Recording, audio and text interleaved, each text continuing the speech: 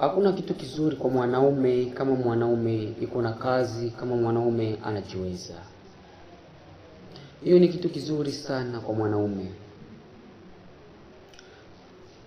Na hakuna kitu kinachotuma mwanaume dharauliwe badala ya kukosa kazi.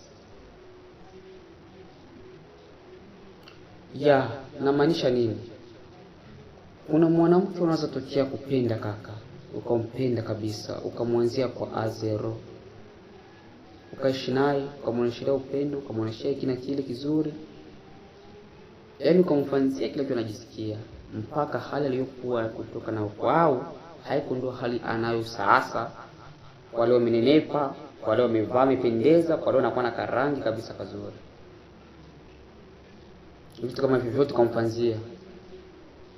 Alafu kuna mtu ambaye anakuja kumpenda ama anatokea kumpenda. Huyo mwanamke anaamua kumpenda.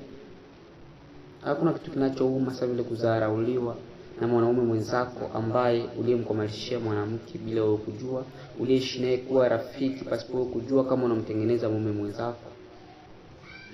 Inaruma sana. Rafiki yako akupige kuteta na unachionea ndugu yangu, na si kwamba hakuna kitu ulikosa kwa kusaidia mwanamke, lakini anaenda hivyo.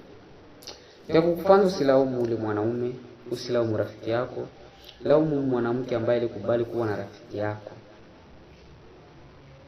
Kuwa na mshauri mwenzako, laumu ule mwanamke kabisa anaendana na mshauri mwenzako.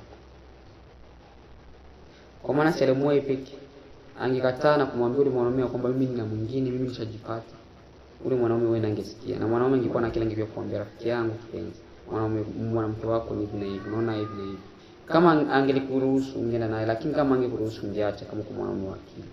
Lakini mwanamke anaamua mwenyewe. Na badala kuamua kwenda na rafiki yako, usifosi. Tulia, vipe muda. Yale mazuri uliyomtendea mwanamke, na kama alikuacha pasipo kuwa na matatizo, atakurejea na kwambia. Na atakuja kwako kwa kilio, iko na lia, kama kisi Yuda alivyosaliti Yesu, na kwa kumomba msamaha Yuda alilia sana, machozi katiririka kashuka chini. Na wewe mwanamke, hivyo urejea atakuja kesho. Basi barikiwa na mwanamke wako aliyekuenda pasipo kuwa na matatizo, akurudie kwa jina la Yesu Kristo, ili mwishi na amani. Amen.